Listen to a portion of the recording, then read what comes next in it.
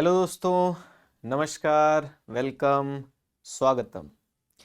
आप सभी लोगों का स्वागत है परीक्षाबाज के यूट्यूब चैनल पर। मेरा नाम है मोहम्मद नवाजिश और जैसा कि आप सब लोग जानते हैं कि यूपीपीएससी का नोटिफिकेशन आ चुका है।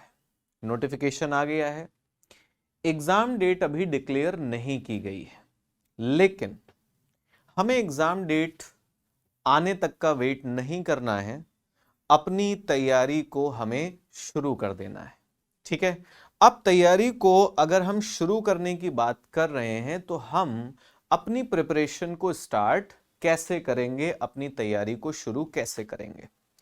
देखिए, तैयारी को शुरू करने का, प्रिपरेशन को स्टार्ट करने का जो एक बहुत ही बेसिक फंडा है, वो बेसिक फंडा है कि आप जब भी किसी परीक्षा की तैयारी शुरू करते हो, किसी एग्जाम के बारे में तैयारी शुरू करते हो, तो आप उसके पैटर्न को समझें। ठीक है, कि उस परीक्षा का, उस एग्जाम का पैटर्न क्या है, उसका सिलेबस क्या है। क्योंकि जब तक आप पैटर्न और सिलेबस को नहीं जानते होंगे तो मेरे हिसाब से आप उस परीक्षा की बहुत अच्छी तरीके से तैयारी नहीं कर पाएंगे। तो आज के इस वीडियो में मैं आप सब लोगों के साथ डिस्कस करने वाला हूं क्या कि यूपीपीएससी की जो पीसीएस की परीक्षा है, जिसका 2024 का नोटिफिकेशन आ चुका है, उसका पैटर्न क्या है, उसका सिलेबस क्या है। इस वीडियो में हम लोग इन सभी चीजों के बारे में क्या करने वाले हैं, चर्चा करने वाले हैं, बात करते हैं। तो चलिए, टाइम को वेस्ट ना करते हुए शुरू करते हैं हम लोग अपनी इस चर्चा को।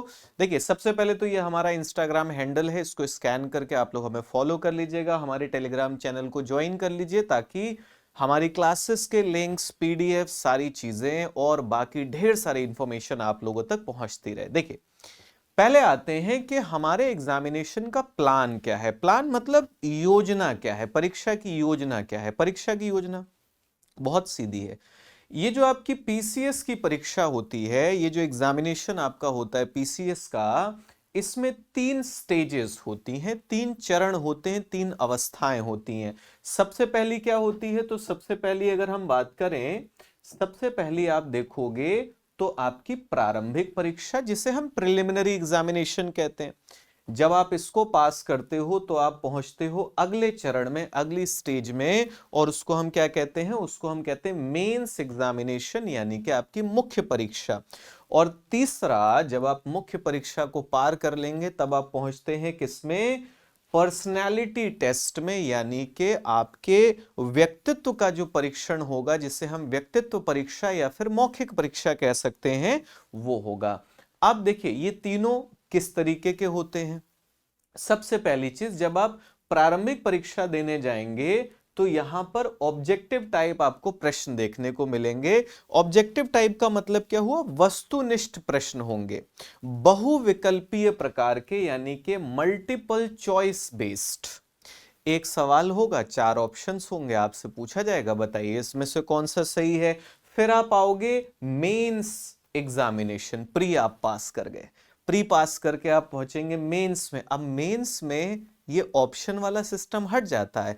मेंस में क्या होता है, यहां पर कन्वेंशनल टाइप मतलब परंपरागत प्रकार की, इसका मतलब हो गया लिखित परीक्षा। अब यहां पर प्रश्न दिया जाएगा और आपसे कहा जाएगा कि भैया इसके बारे में 100 शब्द, 125 शब्द, 200 शब्द क्या करिए, लिख दीजिए। तो रिटन फॉर्म, यानी कि रिटन एग्जामिनेशन आपका कौन सा होता है, मेंस एग्जामिनेशन। और जब आप आएंगे पर्सनैलिटी टेस्ट में, जिसे हम कह रहे हैं कि आपके व्यक्तित्व की परीक्षा है, तो व्यक्तित्व की परीक्षा में क्या है, वाइवा वॉस, यानी कि मौखिक परीक्षा। आपको सामने बिठाया जाएगा और सामने बिठा करके 4-5 लोग जो भी पैनल में होंगे वो आपसे क्या करेंगे, सवाल पूछेंगे, आपके व्यक्तित्व का, आपकी पर्सनैलिटी का टेस्ट लेंगे।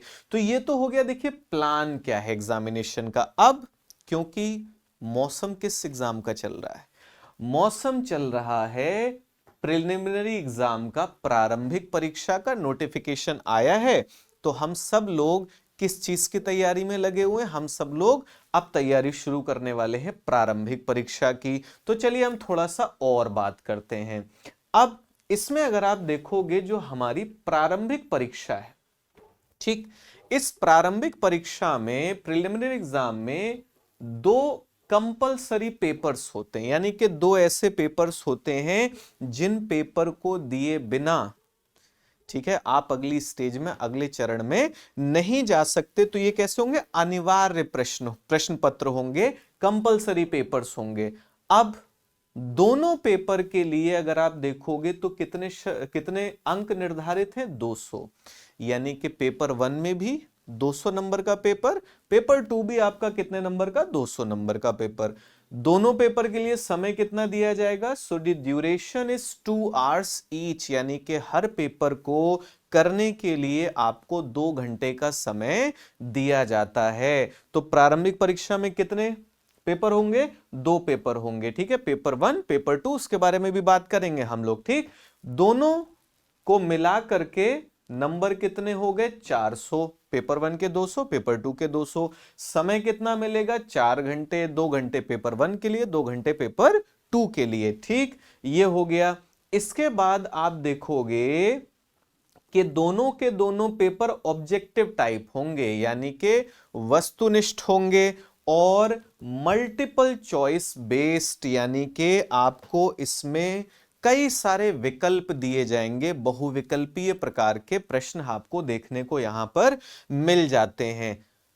प्रश्नों की संख्या कितनी होगी? तो देखिए, दोनों पेपर में प्रश्नों की संख्या अलग अलग है। जैसे पेपर 1, जिसे हम कहते हैं जीएस, सामान्य अध्ययन, तो सामान्य अध्ययन में 150 प्रश्न आपसे पूछे जाएंगे। दूसरा होता है CSAT, civil services aptitude test.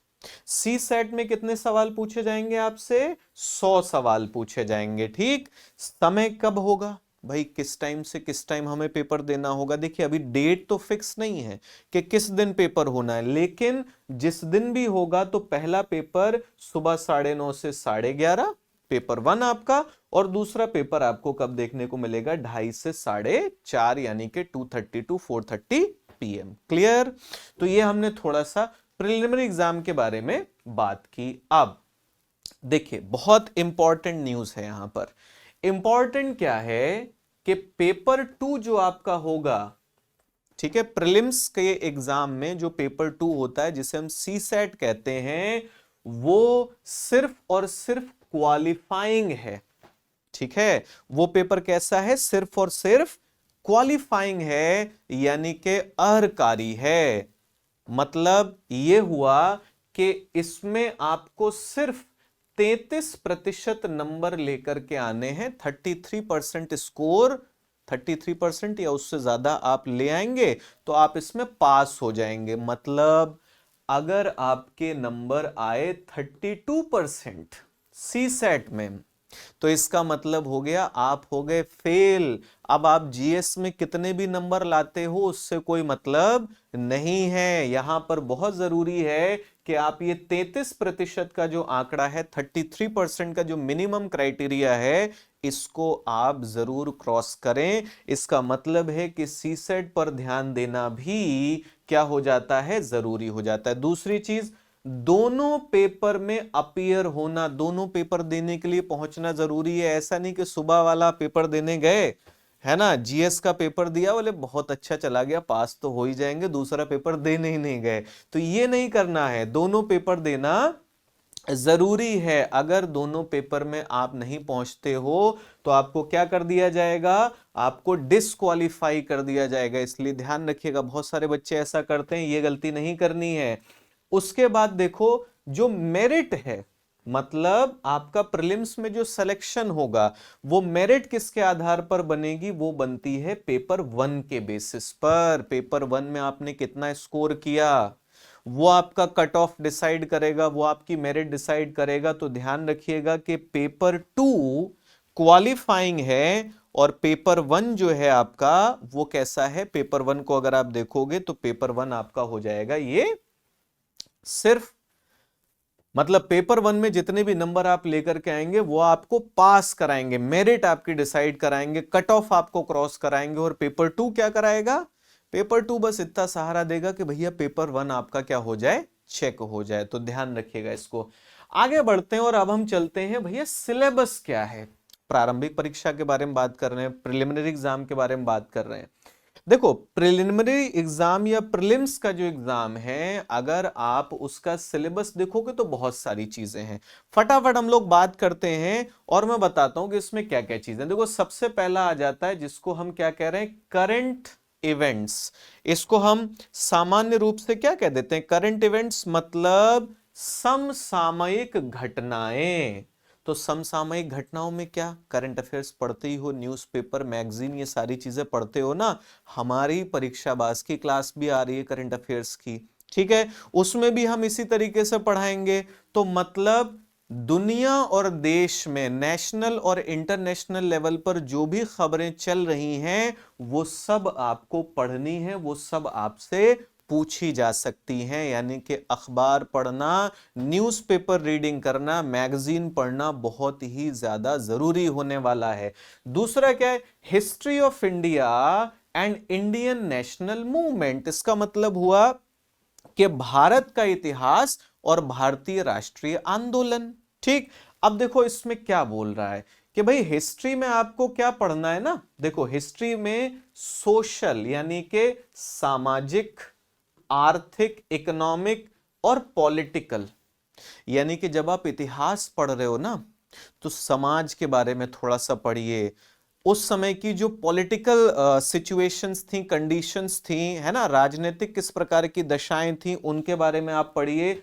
आर्थिक दशाएं, इकोनॉमिक कंडीशंस, किस तरीके के इकोनॉमिक ट्रांसफॉर्मेशंस आए, आर्थिक परिवर्तन आए, ये सारी चीजें आपको क्या करना है, ध्यान रखना है। आगे देखो लिखा है इंडियन नेशनल मूवमेंट के अंदर क्या पढ़ना है, nature and character of freedom movement.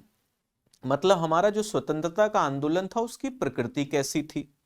हमारे स्वतंत्रता आंदोलन के अंदर अगर आप देखोगे तो किस तरीके से राष्ट्रवाद की भावना जो है वो जन्म लेती है, बढ़ती है। और अगर आप देखोगे तो हम किस तरीके से स्वतंत्रता को प्राप्त करते हैं। देखो सिलेबस को अच्छे से पढ़ना, सिलेबस को अच्छे से समझना, ये बहुत जरूरी चीज होती है। ये पहला चरण है, अगर आप नहीं करेंगे तो फिर दिक्कत हो जाएगी। ठीक है, आगे बढ़ते हैं। अगला क्या है हमारा, इंडियन एंड वर्ल्ड ज्योग्राफी, यानी कि भारत का भूगोल और विश्व का भूगोल। अब क्या लिखा है, भौतिक भूगोल फिजिकल ज्योग्राफी, सोशल भूगोल यानी कि सामाजिक, ठीक है, इकोनॉमिक यानी कि आर्थिक, और किसकी, इंडिया की भी ज्योग्राफी पढ़नी है और वर्ल्ड की भी ज्योग्राफी पढ़नी है। यानी कि भारत का भी भूगोल पढ़ना है और विश्व का भी भूगोल पढ़ना है। अब लिखा है कि यहां पर आपसे किस चीज की उम्मीद है, ओनली जनरल अंडरस्टैंडिंग यानी कि सामान्य समझ। ठीक है, तो आपको भौतिक भूगोल, मानव भूगोल जिसे हम कहते हैं, जिसे यहां पर सोशल लिखा हुआ है, आर्थिक भूगोल, इकोनॉमिक ज्योग्राफी, ठीक है, विश्व का और हमारा जो भारत है उसका, तो इसके बारे में आपको पढ़ना जरूरी है। ठीक है, अगला क्या आ गया, देखिए इंडियन पॉलिटी एंड गवर्नेंस, यानी कि भारतीय राजनीति एवं शासन। ठीक, अब इसमें क्या पढ़ना है, कॉन्स्टिट्यूशन, संविधान के बारे में पढ़िए। आप देखते हो ना हर साल बहुत सारे सवाल पूछ लिए जाते हैं, इस अनुच्छेद में क्या है, ठीक है, फंडामेंटल राइट्स से क्वेश्चन पूछ लिए जाते हैं, डीपीएसपी से सवाल पूछ लिए जाते हैं। तो वो सवाल कहां के, संविधान के। पॉलिटिकल सिस्टम, हमारी जो एक तरीके से कहोगे राजनीतिक व्यवस्था है, हम कहते हैं ना हमारा देश लोकतांत्रिक देश है, डेमोक्रेटिक कंट्री है, हमारे यहां पर पार्लियामेंट्री सिस्टम है, ठीक है, संसदीय व्यवस्था है। तो उन सब चीजों को पढ़ना जरूरी है। पंचायती राज, आप देखते हो ना ग्राम पंचायत, ठीक है, तो पंचायती राज को पढ़ना। पब्लिक पॉलिसी, पब्लिक पॉलिसी मतलब लोक नीति, सरकार लोगों के लिए जो नीतियां वगैरह बनाती है, ठीक है, किस तरीके से नीतियां बनाई जाती हैं, कौन कौन सी महत्वपूर्ण नीतियां हैं, पॉलिसीज हैं, ये सारी चीजें। और राइट्स इश्यूज यानी कि लोगों के अधिकारों से संबंधित जो भी मुद्दे हैं, जो भी चीजें हैं, उन सबको पढ़ना यहां पर जरूरी है। तो ये आपका कॉन्स्टिट्यूशन वाला पार्ट आ गया। आगे अगर हम देखेंगे तो अगला क्या आता है, अगला आप देख रहे हो इकोनॉमिक एंड सोशल डेवलपमेंट, यानी कि सबसे पहले आई आर्थिक तथा सामाजिक विकास। ठीक, इसके बाद क्या देख रहे हैं, सस्टेनेबल डेवलपमेंट, धारणीय विकास। फिर आया पॉवर्टी यानी कि निर्धनता, गरीबी के बारे में पढ़ना है। इंक्लूजन, समावेशन, आप पढ़ते हो ना, वित्तीय समावेशन, फाइनेंशियल इंक्लूजन, ठीक है। इसके बाद देख रहे हो डेमोग्राफीज यानी कि जनसांख्यिकी। आप देखते हैं ना हर साल सेंसस से खूब सारे प्रश्न पूछे जाते हैं, तो वो यहां पर दे रखा है डेमोग्राफीज। और सोशल सेक्टर इनिशिएटिव्स, मतलब ये हुआ कि हमारा जो सामाजिक क्षेत्र है, उस सामाजिक क्षेत्र में कौन कौन सी पहल की जा रही है, किस तरीके की पहल की जा रही है। आप देखते हो सरकार महिलाओं के लिए, ठीक है, बूढ़े व्यक्तियों के लिए, बच्चों के लिए अलग अलग स्कीम्स, योजनाएं लेकर के आती है, ठीक है। जो पिछड़ा वर्ग है, जनजातीय समूह है, तो उन सब के लिए क्या हो गया, सोशल सेक्टर इनिशिएटिव्स हो गए। अब देखो क्या लिखा है, लिखा है कि आपको यह भी पढ़ना है relationship between population, environment and urbanisation, ठीक। यानी कि जनसंख्या, पर्यावरण और नगरीकरण के बीच में क्या संबंध है। जनसंख्या बढ़ रही है, नगरीकरण बढ़ रहा है, पर्यावरण प्रदूषित हो रहा है, तो ये सारी की सारी चीजें किस तरीके से जुड़ी हैं, संबंधित है, ये आपसे पूछा जा रहा है। आगे है इन्वायरमेंटल इकोलॉजी यानी कि पारिस्थितिकी पर आपसे प्रश्न पूछे जाएंगे। बायोडायवर्सिटी, जैव विविधता, और क्लाइमेट चेंज मतलब जलवायु परिवर्तन, ठीक है। तो इसका मतलब देखो इस यूनिट में क्या आ गया, इस यूनिट में अगर आप देखोगे तो इस यूनिट में चीजें क्या आ गई, इकोनॉमी पढ़ना है, ठीक है। इकोनॉमी के अलावा जनसंख्या के बारे में, ठीक, जनसंख्या के अलावा आपका पर्यावरण वाली जो चीजें हैं वो भी यहीं पर आ गई, ठीक। अगला चलते हैं, आगे क्या है, तो आगे है साइंस यानी कि विज्ञान के बारे में पढ़ना है आपको, ठीक है। अब विज्ञान के बारे में क्या चीजें हमें पढ़नी है, तो देखो विज्ञान में सीधे सीधे लिखा हुआ है कि आपको पढ़ना है मैटर्स ऑफ एवरीडे ऑब्जर्वेशन। दिन प्रतिदिन हम जो भी अपने आसपास चीजें देखते हैं ना, हर चीज में विज्ञान है, साइंस है। तो आप उन चीजों को पढ़ने के लिए बोला गया है, मतलब ये नहीं बोल रहा है आपसे कि बहुत ज्यादा कॉन्सेप्ट्स पढ़िए, है ना, फिजिक्स, केमिस्ट्री, हर एक चीज उसमें कौन से नियम और ये सारी चीजें पढ़िए, नहीं। आप वो चीजें पढ़िए जो हमारे व्यवहारिक जीवन में, हमारी प्रैक्टिकल लाइफ में क्या करती हैं, काम करती हैं, ठीक है। तो ये सारी चीजें बोला गया है। और इसके अलावा अगर आप देखोगे तो साइंस मतलब ज्यादातर प्रश्न हम लोग आगे इस पर चर्चा करेंगे, बात करेंगे, कुछ और वीडियोस भी हम आप लोगों के लिए लेकर के आएंगे जिसमें एनालिसिस वगैरह आपको दी जाएगी। पिछले 10-12 साल के जितनी भी प्रश्न है उसका विश्लेषण हम आपके लिए लेकर के आएंगे, तो उसमें बताएंगे कि साइंस में ज्यादातर सवाल कहां से है, बायोलॉजी से, ठीक है। उसमें आप देखोगे विटामिन्स है, ठीक है, बीमारियां हैं, ह्यूमन बॉडी है, मानव शरीर है, इन सब के बारे में प्रश्न पूछा है, तो ये सब साइंस में आ जाएगा आपका। अब ये तो हुआ हमारा पेपर 1 कि भाई पेपर 1 में हमसे क्या क्या चीजें पूछी जा रही हैं। अब आते हैं पेपर 2 पर। पेपर 2 मैंने कहा क्या है, सी सैट है, सिविल सर्विसेज एप्टीट्यूड टेस्ट है, ठीक। अब सिविल सर्विसेज एप्टीट्यूड टेस्ट की अगर आप बात करोगे, सी सेट की अगर आप बात करोगे, तो सबसे पहली चीज इसमें आपसे 100 सवाल पूछे जाएंगे। समय आपके पास 2 घंटे का होगा और नंबर कितने होंगे, 200। और इन 200 में से आपको कम से कम कितने नंबर लेकर के आने हैं, कम से कम 33% नंबर लेकर के आने। 33%, इससे कम लाए तो भैया लटक गए, हो गया काम, फेल हो गए। अब क्या क्या चीजें हैं, तो देखो सीसेट में टॉपिक है कॉम्प्रिहेंशन। कॉम्प्रिहेंशन मतलब विस्तारीकरण हिंदी में कह सकते हो। कॉम्प्रिहेंशन मतलब पैसेज आते हैं, ठीक है, 4-6-8 लाइनें लिखी होंगी, आप उसको पढ़िए, आप उसको समझिए और फिर उसी पर 1-2 सवाल आपसे पूछे जाएंगे कि बताइए ये जो पढ़ा इसके बेसिस पर ये सही है या गलत है, ठीक है। अगला आप देखोगे interpersonal skills including communication skills, यानी कि अंतर वैयक्तिक कौशल। और उसके साथ साथ संप्रेषण कौशल। अब देखो इंटरपर्सनल स्किल्स या कम्युनिकेशन स्किल्स क्या होती हैं, हम सब लोग बात तो कर लेते हैं, है ना, बोलना तो सब जानते हैं, लेकिन किस तरीके से बात करनी चाहिए, सही तरीका क्या है, ठीक है। कम्युनिकेशन, कम्युनिकेशन मतलब वार्तालाप, एक दूसरे से बातचीत करना। कम्युनिकेशन फॉर्मल भी हो सकता है, जैसे आप किसी दफ्तर में अगर काम कर रहे हो, मान लीजिए कि आगे जाकर के आप ये पीसीएस की परीक्षा पास कर जाते हो और आप एसडीएम बन जाते हो, उप जिलाधिकारी बन जाते हो।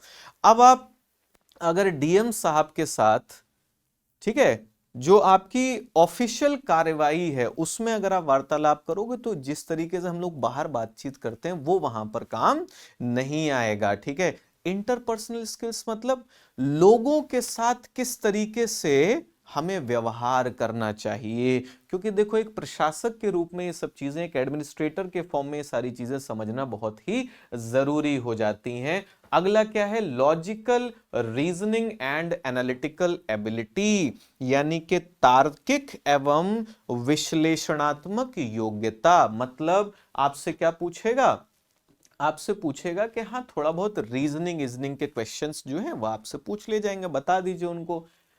Decision making and problem solving, decision making and problem solving यानी कि निर्णय करने की क्षमता और समस्या समाधान।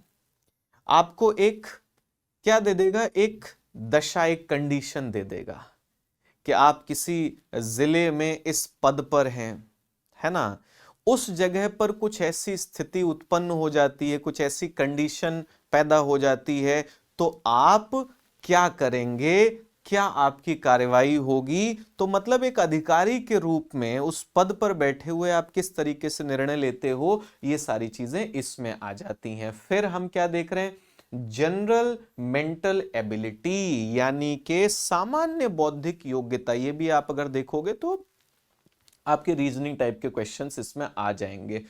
फिर देखो एलिमेंट्री मैथमेटिक्स, एलिमेंट्री मैथमेटिक्स यानी कि प्रारंभिक गणित।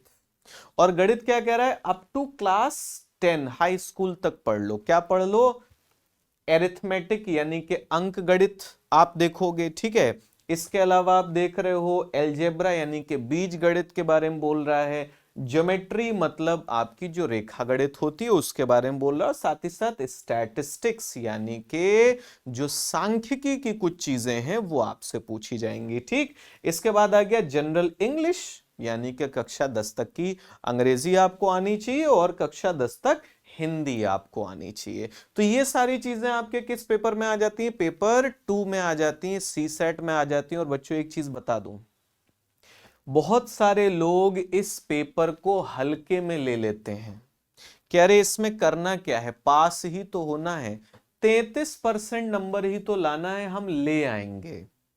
और इसी भपके में क्या हो जाते हैं वो, ये 33% नंबर लाना भी मुश्किल पड़ जाता है, 33% नंबर भी नहीं आते और वो क्या हो जाते हैं, फेल हो जाते हैं।